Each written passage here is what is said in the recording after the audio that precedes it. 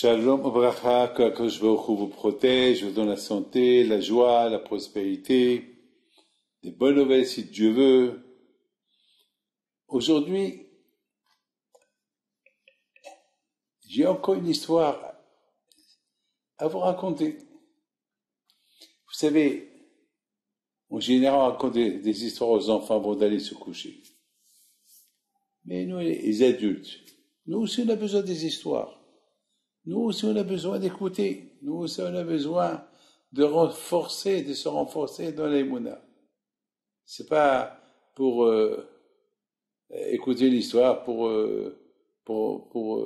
se préparer à dormir. Non, non, c'est pour se renforcer l'émouna. Alors, l'histoire que je vous raconte aujourd'hui, c'était lorsque j'étais au Canada, chez la famille Shriki, et je recevais les gens chez eux. Il y a une femme qui arrive avec son mari. Elle est toute heureuse. Et elle me raconte que depuis un an, je vous raconte l'histoire en résumé. C'est plus important, c'est l'histoire en résumé. Elle me dit, j'avais une inondation chez moi à la maison, l'année dernière. Et puis, j'ai enlevé mes bijoux, ma montre, mes bijoux. Et quelques temps plus tard, je trouve plus les bijoux, je trouve plus la montre. Alors, mon mari me dit, peut-être quelqu'un l'a volé, peut-être les ouvriers, ou une inondation. Il me raconte, il me dit, aïe, pendant un an, je cherche cette maison. J'ai fait Bdikat Hametz plusieurs fois. Et je la trouve pas. Moi, j'ai l'habitude d'écouter des histoires comme ça. Je sais comment ça va se terminer, cette histoire-là. Si elle vient me la raconter, c'est que je sais que ça va se terminer par quelque chose de spectaculaire. Alors, je dis à madame, vous l'avez trouvé, votre montre? Elle me dit, Rabbi David, j'ai cherché mon armoire, les placards, et j'ai fait Bekat Hametz, et puis Bekat Hametz, et j'ai fait Bekat Hametz, pas trouvé. Ce soir, j'avais rendez-vous avec vous. Je devais venir me voir. Et là, j'ai prié, puisque Rabbi Pinto, que je la trouve, cette montre-là, qu'elle me tient à cœur. Comme ça, je la raconte à Rabbi David. Comme ça, Rabbi David aussi, il va la raconter. Voilà, une montre qu'elle a été perdue depuis un an. On l'a cherchée à la maison. Et voilà, avant d'aller rencontrer le Rav, on l'a trouvée. Alors, je rigole. Je dis, madame, vous l'avez trouvée? Il dit, Rabbi David, il y a 20 minutes, avant que je suis venu, je suis encore une fois demandé par le mérite du Tzaddik Abraham Pinto que je trouve la montre. J'ouvre ce placard que j'ai cherché beaucoup de fois, pendant un an.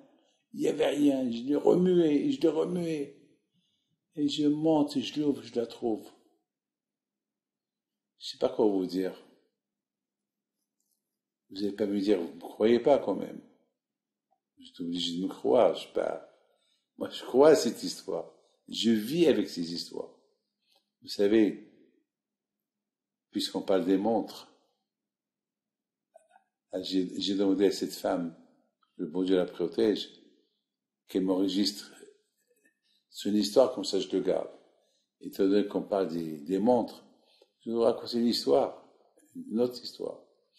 Lorsque j'étais jeune homme, et j'étais à Essaouira pour faire la fête de l'Aïloula d'Abraham Pinto, alors j'étais à Casablanca chez la famille de Mardoché Knafo. Et à un moment donné, ma montre s'est cassée. Et j'ai demandé à Mardoché Knafo, que Dieu repose son âme en paix, qu'il me prête la sienne. Il me dit, Rabbi David, la mienne, elle est très sentimentale. Et j'ai beaucoup de superstitions. Si j'ai pas cette montre, une montre que j'ai toujours eue dans mes mains, je peux pas l'enlever et vous la donner. Bon, je l'ai compris. Mais moi, j'ai besoin d'une montre. On fait quoi? On fait quoi? J'ai besoin d'une montre. Ben, c'est vrai, je peux sortir, je vais l'acheter. Mais vous savez, jusqu'à que j'achète une montre, ça va prendre du temps. Bon.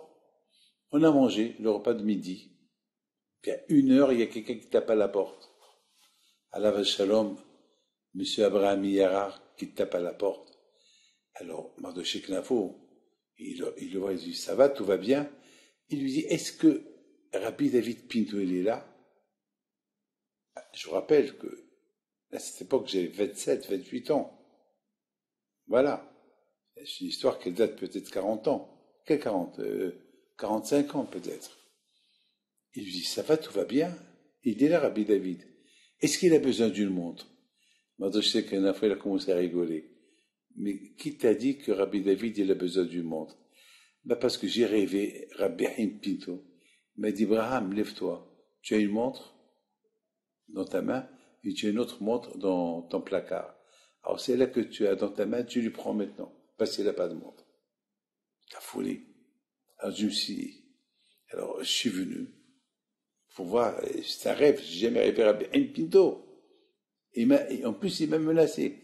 Abraham, lève-toi. Tout de suite, tu prends la montre. Et je rigole. Je prends la montre. C'est Rabbi Haim Pinto qui me l'a envoyé. C'est la folie. Ouais, mes amis, vous savez, lorsqu'on est attaché à Dieu, et lorsqu'on met Dieu dans notre vie, alors toutes les portes s'ouvrent. Avant que tu demandes la chose, le bon Dieu te la donne déjà. Ou bien le bon Dieu, il te prépare la chose. Que je vous protège. Amen. Karatzon.